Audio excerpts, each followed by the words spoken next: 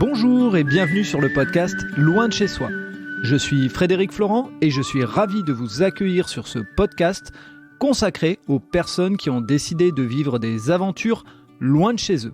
Cette semaine, nous retrouvons Jimmy, notre Français, parti vivre des aventures à Montréal, au Canada. Enfin, quand je dis cette semaine on retrouve Jimmy, je devrais dire on retrouve Jimmy, mais pas que. Et oui, une fois de plus, il n'est pas seul sur le podcast. Célène et Pierre sont aux côtés de Jimmy pour nous partager leurs aventures de voyage. Célène et Pierre vont vous faire découvrir leur histoire récente d'un début de tour du monde dans lequel ils font étape au Canada pour croiser la route de Jimmy.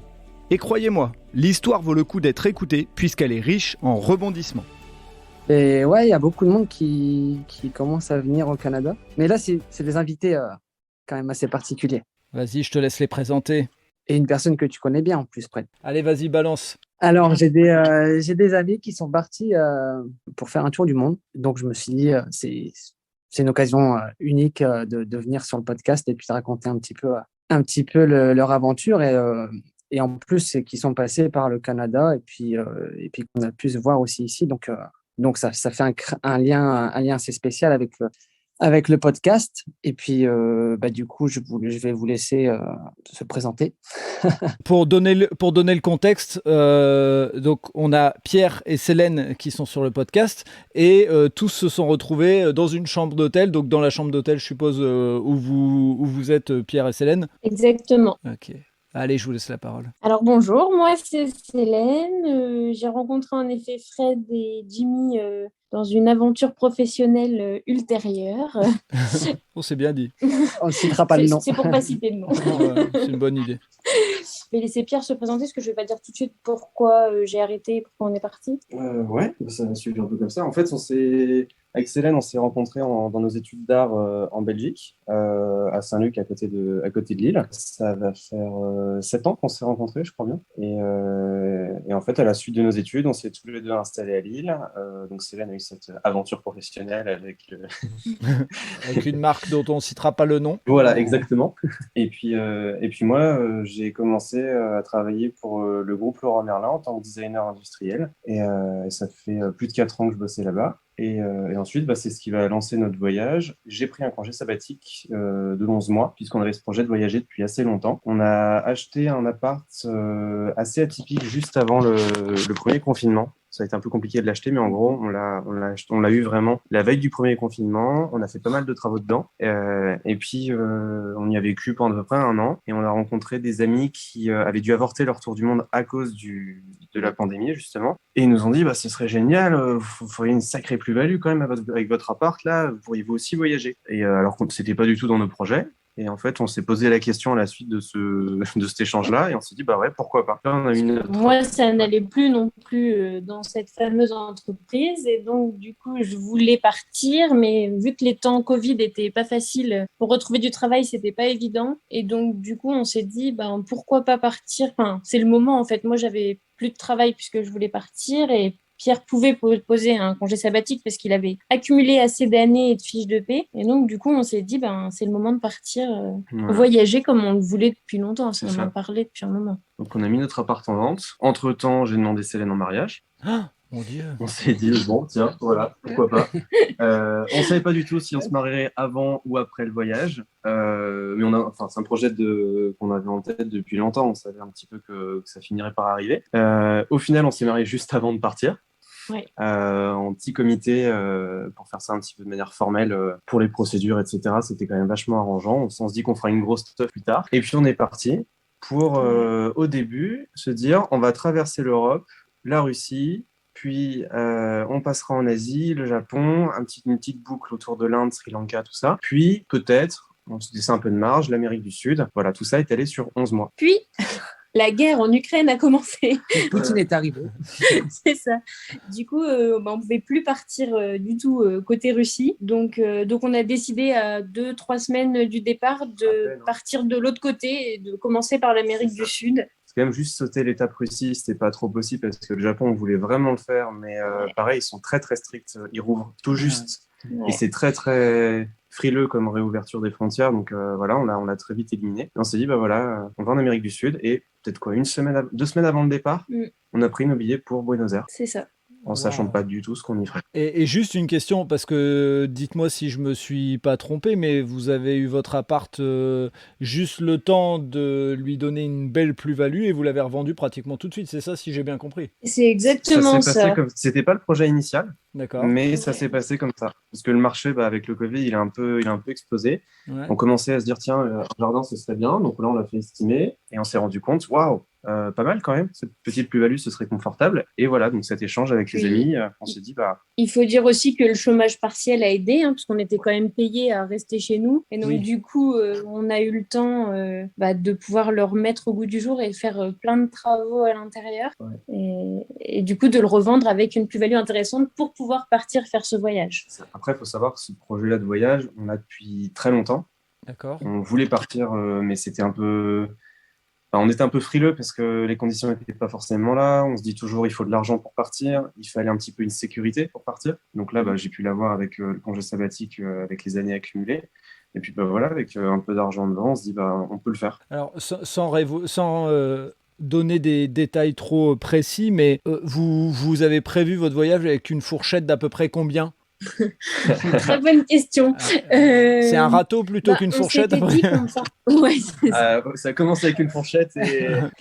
On s'était dit au début à peu près 20 000 par personne pour un an. C'est ça. C'est ce qu'on s'était dit. Mais bon, depuis, le voyage a changé, encore une fois. En fait, il y a deux histoires. Il y a le voyage, ce qu'on découvre, et le voyage, notre manière de devoir improviser avec ce qui nous tombe dessus, entre guillemets, au fur et à mesure, qui fait qu'on doit un peu s'adapter. Alors, vous en dites soit trop, soit pas assez, mais on va rentrer dans ce détail-là. Juste une question avant de rentrer dans ces éléments-là. Votre tour du monde, il se fait sous quelle logique ? Parce qu'on sait qu'il y a des tours du monde où je vais loger tout le temps chez l'habitant, je vais découvrir l'intérieur des terres. Il y a des voyages autour du monde où j'ai des étapes de grandes villes et de grands endroits que je veux absolument visiter. C'était quoi la philosophie de votre tour du monde ? La philosophie, c'était vraiment de découvrir des nouvelles cultures, des nouveaux endroits, des nouvelles personnes aussi, bien sûr, pas forcément des Français. À la base, on voulait partir pour éviter les Français, justement. Salut Jimmy. Bienvenue au Québec. Et oui, mais bon, les choses font qu'aujourd'hui, on est obligé d'aller dans des endroits un peu plus français. Mais voilà, aujourd'hui, c'était vraiment la découverte d'autres cultures qui nous a poussé à partir. Ok. Ouais, c'est un peu l'idée de faire un format bricolage, un peu débrouille, avec des auberges de jeunesse, des trucs un peu last minute, pas trop planifiés. En fait, c'est devenu ça. À la base, on voulait planifier un petit peu, et puis là, on a dû improviser au dernier moment. Donc, on s'est dit, on va un peu improviser. Voilà, on va être en route, on verra ce qu'on peut faire, mais surtout, si on peut faire des activités, du sport ou faire d'autres choses, découvrir des choses, on se prive pas pour aller voir des événements, découvrir des trucs à faire. On se prive pas trop, en se disant qu'on se rattrapait un petit peu avec les hébergements les moins chers possibles. Donc ça, on l'a un peu tenu jusqu'au bout. Enfin, jusqu'à maintenant, on arrive à le tenir, même si on doit s'adapter au prix du marché. Mais c'est un peu la philosophie du voyage. Voyager en liberté, sans planifier. Vraiment, le paquet de fois où on s'est retrouvé le matin même à pas savoir dans quel pays voir, dans quelle ville voir, dans quel pays on dormait le soir même. Ça nous est arrivé facile 3-4 fois. On savait pas trop où aller, et puis au final, on est là et tout va bien. Et quand ça arrive, ce genre de moment, est-ce qu'il y a du stress pour l'un des deux ? Est-ce qu'il y a c'est de l'adrénaline ? Est-ce que c'est justement de la découverte ? Comment vous le vivez ? Pour moi, je l'ai vécu plusieurs fois un peu stressant. En fait, j'ai ce stress on arrive dans une nouvelle ville, on ne sait pas où on va, on ne sait pas ce qu'on fait, on découvre. Puis, ça va, on finit par s'y faire. Et ensuite, donc, quand on repart de cette ville et qu'on arrive à un nouvel, on doit planifier où aller après. Moi, j'ai un peu ce stress mais en fait, qu'est-ce qu'on fout ? Pourquoi on voyage ? Qu'est-ce qu'on fait là ? Pourquoi est-ce qu'on avance en vrai ? Je me pose toutes ces questions-là. Je l'ai eu plusieurs fois ce questionnement. Célène l'a eu la semaine dernière, je crois, pour la première fois. Ouais. Donc j'ai pu la rassurer un petit peu en lui disant t'inquiète, je t'en parle pas trop, mais moi je l'ai à chaque fois. Moi j'ai plus une âme aventurière, je pense, et je me dis je vais là où le vent me mène et puis on verra bien. Puis au pire, si on n'a pas un logement tout de suite, on en trouvera un dans l'heure, c'est pas grave. Je suis plus libre, je pense, j'ai moins besoin de planifier tout. J'apprends à l'être un peu aussi, mais c'est en phase d'apprentissage là. Et donc, dans votre couple, est-ce qu'il y en a un des deux qui est plutôt l'organisateur, le gestionnaire, etc., par rapport notamment à cette liberté qui est toujours soumise à l'argent, hein, faut être clair, quand on dit je peux me payer tel concert ou autre, est-ce qu'il y en a un des deux qui est gestionnaire ou est-ce que c'est il n'y a pas de rôles qui ont été définis, puis vous vous débrouillez comme ça et pour l'instant ça fonctionne? Non, il n'y a pas de décisionnaire, on fait vraiment tout ensemble. Bon, peut-être que Pierre, t'es un peu plus sur les papiers et tout ça, peut-être moi un peu moins. J'ai un peu ce besoin de savoir ce qui va se passer. On peut étendre, Ouais. je sais pas, dans le contrôle, j'en sais rien, mais j'ai besoin un petit peu de savoir dans quelles conditions ça va se passer et où on va, pourquoi on le fait. Mais non, sur les prises de décision de manière générale, comme on est plutôt alignés, on voit un peu les choses de la même manière. On sait que quand on pense à un truc, c'est rarement, on va pas se prendre la tête, Non. l'un qui veut le faire à fond et l'autre pas du tout, quoi. Ok. Et donc là, on a parlé un peu de la philosophie. Et donc, votre premier billet d'avion, votre départ de France, il était vers quelle destination de ce fait-là, vu que vous avez dû changer votre étape, enfin vos étapes, pardon. Il était vers Buenos Aires, du coup, le 13 mars D'accord. Et comment 2020. on gère ça par rapport aux proches, par rapport aux affaires, etc. Puisque Jimmy l'a vécu lui aussi, mais justement de votre point de vue, ça a été quoi les émotions? Ça a été quoi les choses que vous avez dû gérer dont vous vous souvenez? Alors, du coup, nos proches savaient déjà qu'on partait normalement côté Russie, mais ils ont été soulagés de savoir qu'on partait du coup côté Amérique au vu des actualités. Mais on a dû gérer quand même pour partir la vente de notre appartement. On s'est séparés de quasiment tout. On a gardé vraiment que des biens de valeur ou quelques vêtements, mais pas grand-chose qu'on a stocké chez la maman de Pierre. Ton papa aussi? Et chez mon papa aussi, c'est vrai. Mon père aussi. Euh, C'est un peu étalé. ouais. Bon, on n'a pas gardé grand-chose par rapport à tout ce qu'on avait et Ouais, c'est fou tout ce qu'on peut accumuler même en pas beaucoup de temps. J'imagine. Mais donc, non, on a vraiment tout vendu. On n'a plus grand-chose qui nous attend en France. Par rapport aux proches, ouais, ça fait un moment qu'on avait annoncé le voyage. Tout le monde était hyper content pour nous. Ouais. Moi-même, taf, je l'ai annoncé bien à l'avance, bien avant le délai légal, entre guillemets. Et ça a été bien perçu. Pour notre entourage, en tout cas, était plutôt préparé à notre voyage et l'accueillait plutôt bien, en tout cas. D'accord. Je sais pas si c'est une bonne chose. Et après, c'était. Peut-être content de voir partir. Nous, notre projet, on partait qu'un an, pas comme Jimmy, où, même si c'est 2 ans, c'est susceptible d'être plus. Nous, ils savent qu'on revient, on va revenir, pas comme ceux qui partent pour une vie. Donc, je pense que c'est différent aussi pour les parents, en tout cas. Ouais, mais le fait qu'ils soient au courant, ça n'empêche pas qu'ils ne vous voient pas vos proches pendant un an. Comment ça se passe le moment du départ? Parce qu'on a beau avoir été préparé, chacun le vit à sa manière. Ouais, après, ça s'est vraiment bien passé. Alors, nous, on a fait un petit tour de France, entre guillemets, pour voir les parents, grands-parents, parce qu'ils sont un peu éclatés dans la France. Et on a dit au revoir à tout le monde avant de partir, mais tout le monde était plutôt content pour nous qu'on parte. Bon, après, c'est sûr, il y a toujours les éternels, tu nous donnes des nouvelles, tu nous oublies pas.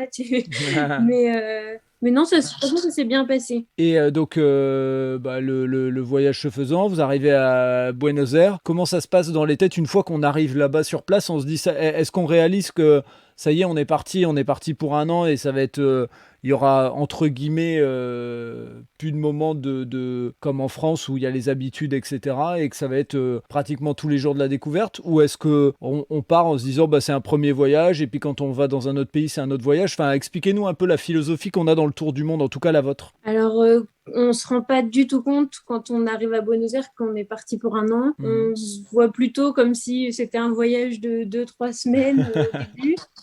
On commence avec nos habitudes, c'est-à-dire à commencer à planifier ce qu'on va faire jour par jour, à un peu courir dans tous les sens pour voir tout ce qu'il y a à voir. Et puis, c'est qu'au bout de quelques semaines où on a commencé à se dire, on va se calmer, on est là pour longtemps, donc on va prendre plus le temps de découvrir, comment dire, en allant, en se promenant par hasard, que en planifiant tout et surtout en allant moins dans des zones très touristiques. Au début, on commence à regarder surtout sur Internet ce qu'on peut aller voir, ce qu'on peut faire, et donc du coup, on se retrouve toujours dans les touristes, dans... Oui, cette notion de découvrir, de percevoir le voyage, on a beaucoup l'habitude de voyager avant, on a fait pas mal de pays sur des périodes de 2 semaines, donc c'était normal, et on a eu l'impression au début presque de rater un truc par rapport à tout l'engouement qu'il y avait autour de ça, tout le monde qui, waouh, vous partez un an, enfin, tout le monde ressentait le truc autour de nous, mais nous, beaucoup moins. Pour nous, c'était presque des vacances, ouais, après on va avancer, mais on n'a pas eu ce gros coup de se rendre compte d'un seul coup, d'un bloc, quoi. Waouh, on est parti pour un an, voilà, c'était un peu progressif, on l'a eu un peu avec le temps, en avançant, ouais, on a un peu improvisé. Ok, et donc le tour, pour essayer de résumer un petit peu, avoir un tour d'horizon, et puis après on rentrera un peu dans ce que vous avez vécu. Là, vous êtes arrivé aujourd'hui au Canada, ça a été quoi les étapes? De tous les pays qu'on a fait? Ouais, pour qu'on ait là, ça fasse rêver un petit peu de faire la liste des pays, et puis après vous nous direz vos coups de cœur, vos petites aventures. On a fait l'Argentine pendant 1 mois à peu près. Ouais. Après, on est allé au Chili pendant 5 jours. Puis, on est monté en République dominicaine pour 1 semaine. On a passé ensuite 3 semaines en Martinique. Et là, ça fait 3 semaines qu'on est au Canada. Ok, d'accord. Ouais, donc Amérique du Sud, et puis ensuite un peu de soleil et d'endroits pour profiter un petit peu aussi. C'est ça.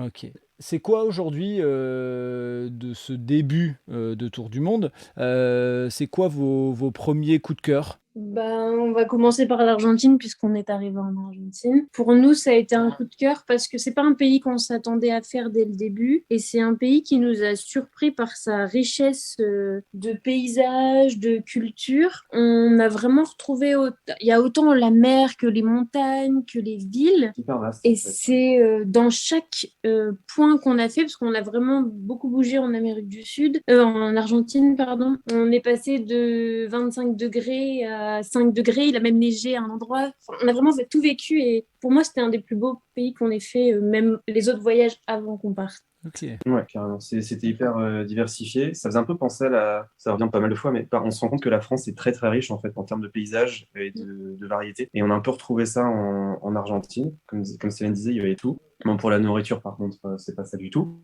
C'est vrai. Mais en termes de paysage, ça c'était vraiment chouette. Après, un coup de cœur sur l'Argentine, s'il fallait retenir une chose, on n'a pas eu le temps vraiment de faire ce petit retour en arrière, parce que là, en fait, on s'est pas arrêté depuis le début du voyage. Pour moi, le coup de cœur en Argentine, c'est les chutes d'Iguazu. C'est des chutes d'eau. En fait, elles sont à la frontière entre le Brésil et l'Argentine. Ouais. Et donc, il y a 2 points d'observation, un petit peu comme ici, avec les chutes du Niagara. C'est un petit peu au milieu. Et c'est gigantesque, en fait, c'est hyper impressionnant. Rétrospectivement, on a trouvé ça beaucoup plus impressionnant que les chutes du Niagara, pour le coup. Aussi, peut-être parce qu'il y avait la surprise, on ne savait pas du tout ce qu'on faisait. On s'est dit, tiens, Iguazu, on nous en a parlé 2 semaines avant le départ. On y va, juste après Buenos Aires. Et c'était assez impressionnant comme endroit. Et ce genre d'endroit, il vous est recommandé par des guides locaux? Vous cherchez par vous-même et vous vous laissez tenter? Comment vous avez fonctionné, par exemple, sur l'Argentine?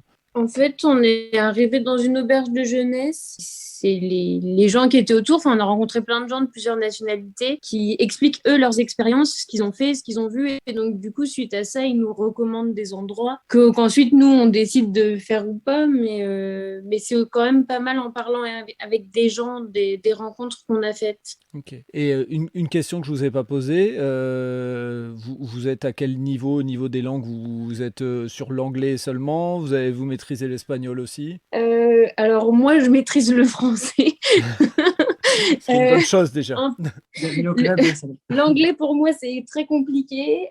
Pierre le maîtrise totalement. Et l'anglais, toi, tu maîtrises l'anglais. Et on a appris un peu l'espagnol, du coup, en Argentine. Et on commence à se débrouiller pas trop mal. Ce qui est facile avec l'espagnol, c'est que ça se comprend Moi, j'en ai jamais fait. J'ai fait allemand.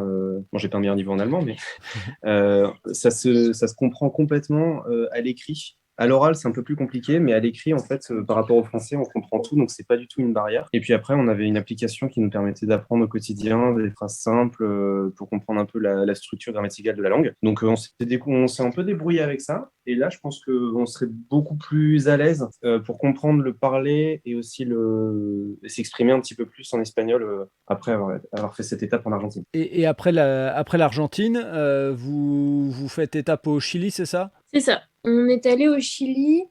Bon, entre-temps, on a appris en Argentine que j'étais enceinte. Ah, félicitations! Merci.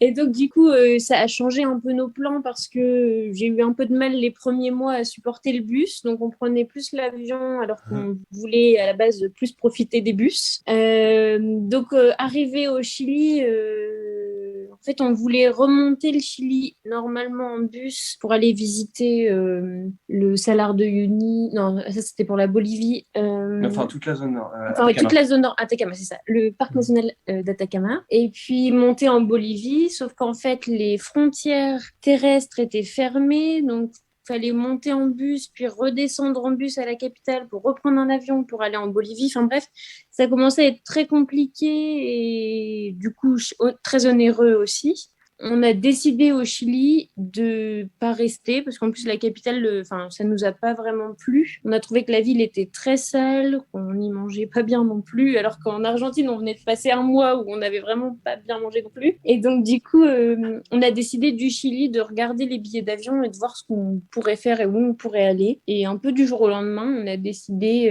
de partir du coup en République dominicaine, qui était une destination pas chère au départ du Chili. C'était une étape. Et c'était une étape pour pouvoir ensuite aller en Martinique où on pouvait, vu que c'était un territoire français, faire les examens et les premières échographies pour le bébé. Ça tombait sur la première écho. On a des amis qui eux, vivent en Martinique. Ils sont achetés un bateau, ils l'ont complètement retapé, pareil, un peu comme nous avec le voyage. Donc c'est pour ça qu'on est passé en Martinique. Et une des étapes, en fait, il y avait soit on passait par Miami, soit par la République dominicaine. Et on s'est dit, dans tous les cas, si on doit faire une escale, autant faire une escale un peu prolongée et découvrir un petit peu la zone ici, en République dominicaine. Donc on a passé une petite semaine de vacances. Ouais. Posé, détente. C'était vraiment des vacances. Voilà. Et ensuite, Martinique, on a passé 3 semaines. Et dans l'idée, c'est effectivement, est-ce que la grossesse, elle modifie tout ou elle a juste modifié certaines étapes? Au début, elle a modifié certaines étapes et à l'heure d'aujourd'hui, elle modifie tout. Elle a déjà modifié une énorme étape, c'est le voyage. Il fait plus 11 mois, il en fait 6. Oui, c'est vrai. Oui, ça faisait partie de la question suivante, donc je vous laisse expliquer un peu alors. Tu veux expliquer? Non, vas-y. Donc du coup, oui, le terme est prévu pour fin novembre. Mmh. Donc, on a décidé de rentrer en septembre. Enfin, c'est ce que les sages-femmes et échographistes nous ont conseillé. Et au final, à l'heure d'aujourd'hui, on se rend compte que les frais médicaux ici en Amérique, c'est très cher pour pouvoir faire le suivi des échographies et des prises de sang parce que je dois en faire tous les mois. Et j'ai du mal à manger, donc c'est compliqué. Et même ici, c'est pas facile. Donc, on a décidé aujourd'hui de rentrer en France. Donc, on rentre cette semaine, on rentre cette semaine en France et on a décidé d'acheter un camping-car pour continuer notre voyage, mais en Europe, pour pouvoir être près de la France si jamais il se passe un truc ou pour que ce soit moins onéreux pour les examens. Ouais. Et puis aussi, après, être capable de cuisiner, parce que là, on dépend beaucoup de ce qu'on trouve au fur et à mesure des logements. On passe pas plus de, c'est 4 nuits au même endroit. Ouais. C'est le grand maximum qu'on passe. On dépend toujours de, est-ce qu'il va y avoir un évier? Là, on pensait qu'il y en avait ici, par exemple, il n'y en a pas, il y a juste un micro-ondes, il n'y a même pas de quoi stocker du frais. Donc, on dépend beaucoup aussi des restos, de ce qui est à proximité, de ce qu'on peut se faire. Donc là, on cherche un moyen de continuer de voyager avec un peu de confort avec nous. Un truc un peu fiable pour cuisiner un peu ce qu'on veut à notre manière. Et puis il faut pas oublier que les Américains ils aiment bien manger gras et ils font tout frire. C'est pas très évident. C'est bizarre ce que tu décris, ça ressemble pas aux États-Unis. Je peux que comprendre là-dessus, il n'y a pas de souci.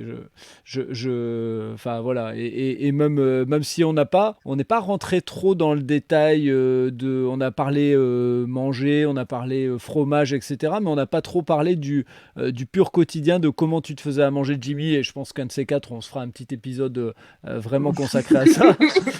Mais c'est vrai que voilà, enfin, le premier abord, et surtout quand on n'a pas de lieu pour stocker ou autre, c'est très compliqué. C'est très compliqué, C'est ouais. ça.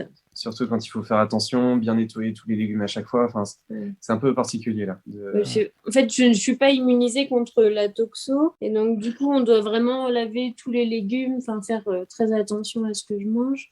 On Et en, donc, c'est pas évident. on en a lavé et désinfecté des frigos avant de pouvoir poser des affaires au cours du voyage. Oh mon Dieu, je peux que comprendre. Et quand on parle d'Amérique du Sud, si vous n'avez pas écouté les épisodes de Teddy, je vous inviterai à les écouter parce qu'il parle du Chili, il parle de la Bolivie, il parle de tous ces endroits-là, il parle de l'Argentine aussi. Et effectivement, je pense qu'il n'a pas désinfecté beaucoup de trucs. Il a vécu comme un aventurier, mais effectivement, je pense que vraiment, c'est pas les meilleurs endroits. Quand on est dans cette situation-là, notamment au niveau de la toxo, enfin voilà, il n'y a pas de solution autre que celle-là. Et donc, quand vous dites désinfecter, c'est que vous vous amusez, vous avez dû acheter des lingettes, des machins et tout, ou vous faites. Ouais, on a trouvé au Chili un petit spray désinfectant spécial pour les légumes. D'accord. Et les aliments en général. Et donc, du coup, on balade ce petit spray partout où on va et on désinfecte tout. Ah, j'adore. C'est On énorme. passe un peu pour des psychopathes, hein, des fois. Oui, après, en même temps, on vient de passer par le Covid, donc je pense que psychopathe, voilà, on en a vu Oui, c'est d'autres vrai. sur d'autres sujets, donc voilà. Et juste une question, c'était, il y avait un projet d'avoir un enfant, mais plus tard, ou c'était, vous étiez dit, on s'en fout, on part aussi à l'aventure sur ce sujet-là? Non, non, le projet était en effet quand on rentrait du tour du monde, mais surprise, il est là avant. C'est un projet qu'on avait un peu avant ce projet-là. Et on s'est dit, bah, ce sera pour après. Puis au final, c'est pendant. C'est ça. Encore mieux. C'était un peu une surprise. Et quel est le recul par rapport à ça? Vous vous dites, tant mieux, ça arrive maintenant, mince, ça coupe un peu notre voyage, comment vous le voyez? Bah, franchement, on prend les choses positivement et on se dit, bah, c'est là, donc on le fait avec. On est heureux, on est content. Il n'y a pas de souci. Enfin, c'est pas de sa faute, c'est pas de la nôtre. Enfin, je sais pas comment dire. C'est le destin. C'est tout, le destin, ouais. On C'est comme ça, c'est que ça devait vraiment. aller comme ça. Ouais, on le subit pas vraiment. On sait que ça impacte le voyage. On le savait depuis le début. Ça a d'ailleurs été un petit peu, enfin, ça fait partie des premières réactions de, waouh, en fait, on fait quoi? On rentre plus tôt, on va devoir s'adapter. Et puis au final, on sait tout. Ça prend un petit peu le dessus parce qu'évidemment, s'il y a un des deux projets qui prend le dessus sur l'autre, bah, c'est celui-là. Mhm. Et puis c'est pas grave. En fait, ça permet aussi de déstresser un peu sur le voyage et les attentes qu'on peut avoir nous-mêmes sur ce voyage. Et de se dire, bah, c'est pas grave, on le fera plus tard. Parce on a un peu cette tendance aussi à vouloir tout faire, tout voir, et à faire un voyage parfait, quasiment rien raté. Mais on peut pas le faire, enfin, c'est pas possible. Personne peut arriver à faire un truc pareil. Et là, ça nous permet aussi de me dire, bah non, non, vous pouvez pas le faire du tout, faut vous adapter. Ce truc-là, vous pouvez pas le faire maintenant, vous le ferez peut-être dans 10 ans, dans 15 ans, vous le ferez peut-être jamais. Donc voilà, on avance comme ça et aucun regret, vraiment. Ok. Et puis c'est une bonne chose aussi de se dire que, enfin, et j'en retire beaucoup à force d'enregistrer des épisodes avec Teddy, mais il y a plein de fois où justement dans son voyage, il se laisse porter par les rencontres et les découvertes. Et puis bah Ouais. effectivement, il passe peut-être à côté de certaines choses, mais le voyage c'est avant tout la découverte. Donc ce qu'il découvre, il découvre et il faut pas regretter ce qu'on n'a pas découvert. Donc enfin vous avez totalement raison. Alors avant de parler de les projets qui arrivent là avec ce voyage que je trouve hyper intéressant, comment vous voyez le Canada maintenant que vous êtes arrivé dans la contrée de Jimmy, hein, puisque c'est chez lui maintenant? Quel est votre feedback à vous en tant que nordiste qui vient? Il y a un petit élément de comparaison avec Jimmy, donc ça va être intéressant. On a passé 4-5 jours à Montréal. Ensuite, on a loué une voiture pendant 2 semaines. On est monté jusqu'à Tadoussac, donc en faisant le tour du Dans la fjord région du du Saguenay, toujours au Québec. On est redescendu pour aller jusqu'à Toronto, même là, jusqu'en l'Ontario. En Ontario, péninsule de Bruce. On a passé encore 3-4 jours à Toronto et donc là, on est rentré hier soir. Voilà, donc là, c'est un petit peu le contexte. On a passé presque 3 semaines ici. C'est hyper chaleureux, en fait. C'est très accueillant. Les gens, évidemment, sont accueillants, mais je trouve aussi que la région est accueillante, le pays, enfin, cette partie-là du pays. La région est vraiment une région à part entière. On s'en est rendu compte en arrivant en Ontario. Le Québec, c'est vraiment hyper ouvert. ça donne envie de découvrir. C'est hyper vaste. Enfin, c'est les grands espaces, c'est ce qu'on venait un petit peu chercher ici. On a vraiment aimé et on a envie d'une seule chose, c'est de revenir pour voir ce que c'est sous la neige. Ça, c'est vrai, on le fera. C'est sûr qu'on le fera. Dans quelques années, quelques mois, quelques années, on reviendra forcément pour voir ce que ça donne. Parce que tout est fait ici pour vivre avec la neige. Donc, on a envie de voir ce que ça donne. Quand nous, on est paralysé quand il y a de la neige. Ici, on veut voir ce que ça donne toute une communauté, une région, un pays qui est capable de vivre avec. Ok. Et de toute façon, vous avez déjà un premier aperçu en écoutant les podcasts de Jimmy, mais effectivement, je veux bien comprendre que le fait de vivre ça, ça doit être assez impressionnant. Ouais. Je pense que le mieux, c'est de venir. Faut faire 1 an, comme ça, parce qu'il y a l'automne, ça doit être ouf aussi. C'est une saison à voir. Vivre un hiver de 6 mois aussi, ou moins 30 et 20. Mais c'est sûr que le voir à la télé ou le vivre, c'est pas pareil. Même là, le Canada, même dans la période de maintenant, en début d'été, c'est pas la même chose quand même que ce qu'on voit dans les livres ou à la télé. Enfin, ils ont beaucoup l'automne aussi. Les espaces, ils sont ouf. Enfin, moi, je trouve que tout est fait pour les gens. Tout est à disposition. Je sais pas comment dire, mais t'as les trucs de recyclage aussi. Il y en a partout. Alors qu'en France, c'est encore un sujet où la moitié des personnes, elles font pas attention. Ouais. Ici, même dans les rues, il y a des trucs pour faire du tri. Enfin, je trouve que c'est... Tu parlais des espaces aussi. Ça, on se rend pas compte non plus. Avant de voyager, c'est les distances qu'il y a entre les villes. Ah ouais, ça par contre. Au début, on pensait donc monter jusqu'à Tadoussac et puis ensuite passer du temps en Gaspésie, faire un petit tour et seulement après arriver à Toronto. On s'est rendu compte à mi-chemin, pareil, en échangeant dans une ferme qu'on avait trouvée par hasard aussi. On a passé 2 nuits dans une ferme avec des gens vraiment super chouettes. Et on a planifié un petit peu avec eux et on s'est rendu compte que en fait, ça nous prendrait beaucoup trop de temps de faire le voyage que l'on voulait parce que la Gaspésie, on avait pour 20 heures de route non-stop alors qu'on avait 4 jours devant nous avant d'aller à Toronto. C'était pas faisable et on ne s'en rend pas compte avant de partir. Surtout quand on est limité. On voyage sans avoir trop de limites de temps, mais là, comme on avait une voiture louée, on était un peu limité en temps et on s'est rendu compte qu'on devait adapter parce que les distances sont énormes. Et vous qui vivez les deux côtés, je dirais, vous voyez le côté positif du Canada avec, je dirais, un savoir-vivre. Si on prend l'exemple du tri, pourquoi on l'a pas en France ? Parce qu'on serait pas capable de respecter, alors que au Canada, ils vont respecter.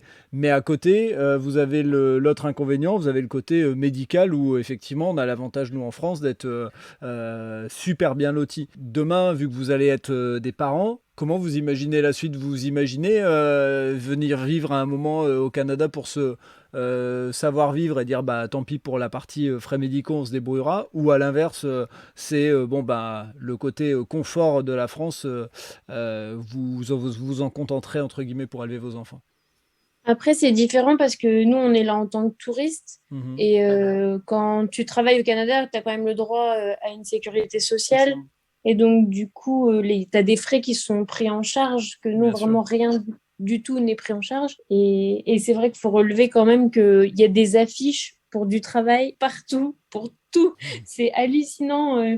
Même en pleine autoroute, il y a des affiches d'entreprises qui cherchent à recruter. Enfin, ils sont vraiment en manque d'emploi. Je reviens un petit peu sur la question des frais médicaux. C'est un sujet, mais sachant que du coup, ce serait une grossesse en voyage, on savait qu'on aurait des frais au fur et à mesure. C'est pas vraiment ça, moi, qui m'a plus fait tiquer ici, c'est plus l'accessibilité aux soins. Parce qu'on a les ordonnances, on a tout ce qu'il fallait, parce qu'on a réussi à se faire suivre à distance, mais il faut un rendez-vous avec un médecin pour avoir une ordonnance qui soit acceptée ici pour faire des examens. Ensuite, aller dans le bon sens. Enfin, c'est l'accessibilité aux soins, je trouve, qui est pas évidente. On savait qu'il faudrait payer, c'était le jeu, on le savait, c'est tout, une grossesse en voyage, c'est comme ça. Mais l'accessibilité, par contre, on a été vraiment surpris. On se rend peut-être pas compte en France parce qu'on est français. Peut-être qu'un Canadien qui vit en France, c'est pareil, c'est tout aussi compliqué d'avoir accès à ces soins-là. C'est pas qu'une question de coût, en fait. C'est l'accessibilité, moi, qui m'a sauté aux yeux. Coût aussi. Ouais, mais c'est bien de le dire aussi parce qu'effectivement, ce côté accessibilité des soins en France, il est impressionnant et je dirais que même,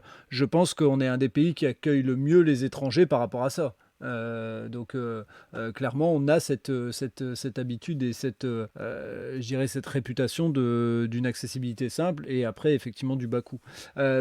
Donc, par rapport à votre voyage, il y a une forme de rapatriement ou en tout cas de changement dans le voyage. Ça s'est pris comment cette décision ? C'est tous les deux par rapport à l'état de santé, par rapport aux difficultés que ça a engendré, c'est une décision de sagesse entre guillemets ?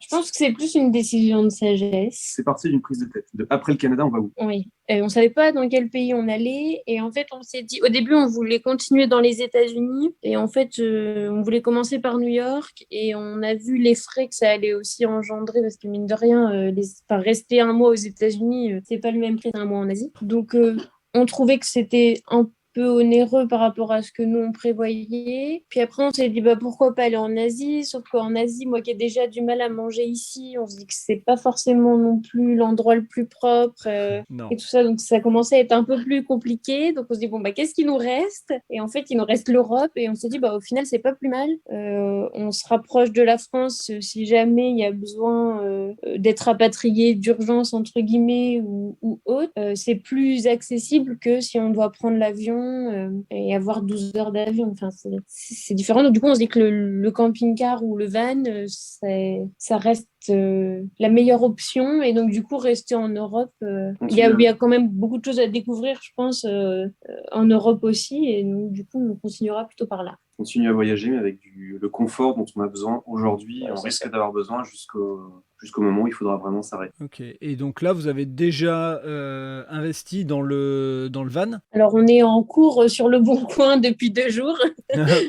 On a pas mal de pistes, mais pour le moment, il n'y a pas d'achat de fait. On rentre jeudi matin en France et donc on a pas mal de visites camping-car vendredi de prévu. Ok. Et donc là, quand vous rentrez, je suppose que le pied-à-terre, c'est chez les proches. C'est ça. Moi, j'ai ma maman qui habite à Paris, donc on va aller directement chez elle. Ce sera très central pour ensuite aller manger un petit déjeuner français avant de partir. Et c'est quoi les prochaines étapes une fois qu'il y a le camping-car? Vous avez déjà des idées vers où vous allez, plus vers le nord, vers l'est, parce que l'ouest, après un moment, il y a l'eau.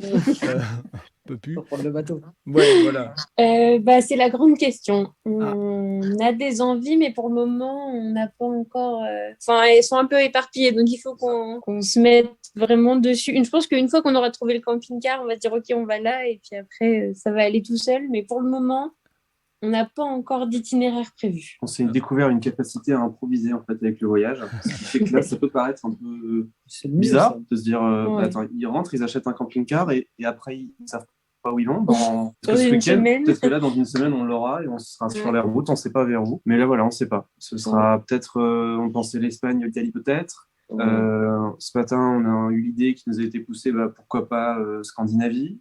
On ne sait pas. On va aussi s'adapter en fonction de la grosse vague de chaud et des orages qui arrivent sur l'été là, en France, en Europe. Donc, on verra. On va improviser. C'est aussi l'intérêt d'avoir le camping-car, c'est d'être mobile et à peu près autonome. Mais j'aime bien ce que vous dites parce que c'est aussi une manière d'ouvrir un petit peu les yeux sur ce que nous, on ne sait pas trop faire en France. C'est-à-dire que, et là je reviens sur un peu le travail, le parcours de vie et autres.